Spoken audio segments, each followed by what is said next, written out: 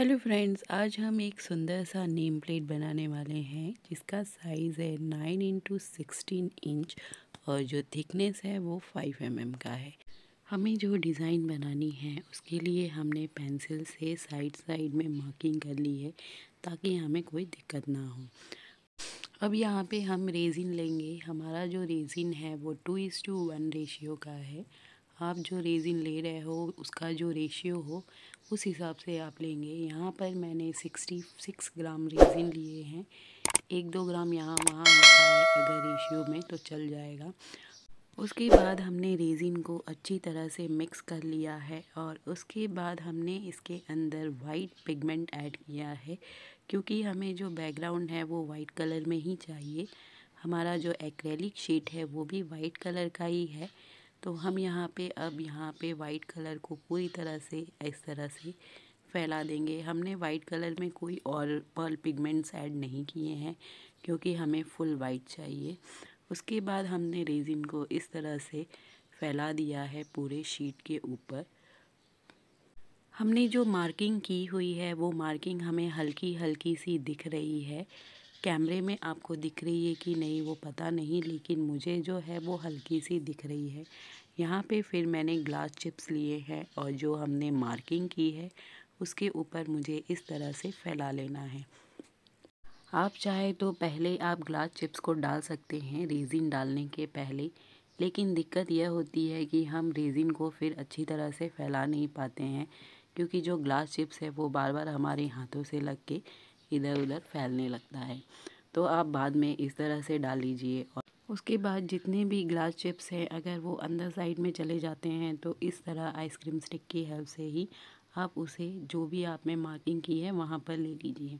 अब यहाँ पर हमने गोल्ड मीका पाउडर का यूज़ किया है टेक्सचर देने के लिए, तो हमें इस तरह से आइसक्रीम स्टिक को पाउडर में डिप कर लेना है और इस तरह से हमें फैला देना है अपने फिंगर्स से। हमने इसे थोड़ा सा, इसमें एक अलग सा गोल्ड इफ़ेक्ट आ जाएगा और उसके बाद फिर से हमें गोल्ड पाउडर में अपनी आइसक्रीम स्टिक को डिप करना है और इस तरह से हमें जिस तरह से लाइनिंग चाहिए जहाँ पे गोल्ड की, इस तरह से हमें फैला देना है और हमें इसे इसी तरह से छोड़ देना है। इसे अपने हाथों से फिर से मिक्स नहीं करना है ताकि ये इसी तरह से लाइन दिखाई दे। उसके बाद 24 आवर्स के लिए हमने इसे ड्राई होने के लिए छोड़ दिया था और उसके बाद जो हमने ग्लास चिप्स डाले हुए हैं वहाँ पर हमें गोल्ड कलर चाहिए, तो यहाँ पर मैंने फेविकॉल का यूज़ किया है। आप यहाँ पे फेविकॉल ले लीजिए और गोल्ड मीका पाउडर जो है वो आपका वो उसमें डाल दीजिए और उसके बाद यहाँ पे हमें इस तरह से मिक्स करके और उसके बाद हमें वो जो ग्लास चिप्स है वहाँ पे गोल्ड कलर लगाने हैं। आप चाहे तो यहाँ पे वार्निश में भी गोल्ड मीका पाउडर को मिक्स करके यूज़ कर सकते हैं। यहाँ पर मैंने फेविकॉल का यूज़ किया है, आप चाहे तो ये भी यूज़ कर सकते हैं और चाहे तो डेको मार्कर से भी आप इस तरह से कलर कर सकते हैं। एक्रेलिक शीट के ऊपर ये जो कलर हमने मिक्स किया है वो अच्छे से यहाँ पे जो शीट जहाँ पे ग्लास चिप्स नहीं लगी हुई है वहाँ पर नहीं चढ़ रहा था, तो भी मैंने 2-3 बार जब कोट किया तो वो अच्छे से हो गया था। अगर आपसे नहीं होता है तो आप डेको मार्कर का यूज़ कर लीजिए या वार्निश के साथ में ये कलर यूज़ कर सकते हैं आप। ये 2-3 बार कोट करने के बाद हमने इसे ड्राई होने के लिए छोड़ दिया था। ये देखिए ये अच्छी तरह से ड्राई हो चुका है और जहाँ भी आपको लगे कि यहाँ पे डेको मार्कर का यूज़ करना है आप डेको मार्कर का भी यूज़ कर सकते हैं। अब यहाँ पर हमने एक्रेलिक कटआउट्स लिए हैं और इसे मेज़र करके हमने इस तरह से लगाने हैं, तो हमने इसे इस तरह से मेजरमेंट करके लगा लिए हैं क्योंकि ये एक बार चिपकने के बाद जल्दी निकलता नहीं है, तो आप इस बात का ध्यान रखें और स्केल से मेजरमेंट करके ही इसे लगाएं। और उसके बाद इसके ऊपर जो प्लास्टिक लगी हुई थी वो हमने इस तरह से निकाल ली है। अब हमें इसके ऊपर रेज़िन की लेयर डालनी है, तो हमने फिर से 66 ग्राम रेज़िन लिया है और इसमें बबल बूस्टर का यूज़ किया है क्योंकि ताकि एक भी बबल्स हमारे इस नेम प्लेट्स के ऊपर ना रहे। हमने रेज़िन को सारे नेम प्लेट्स के ऊपर इस तरह से फैला दिया है और इसे अच्छी तरह से पूरे नेम प्लेट के ऊपर अपने हाथों से इस तरह से फैला दिए हैं।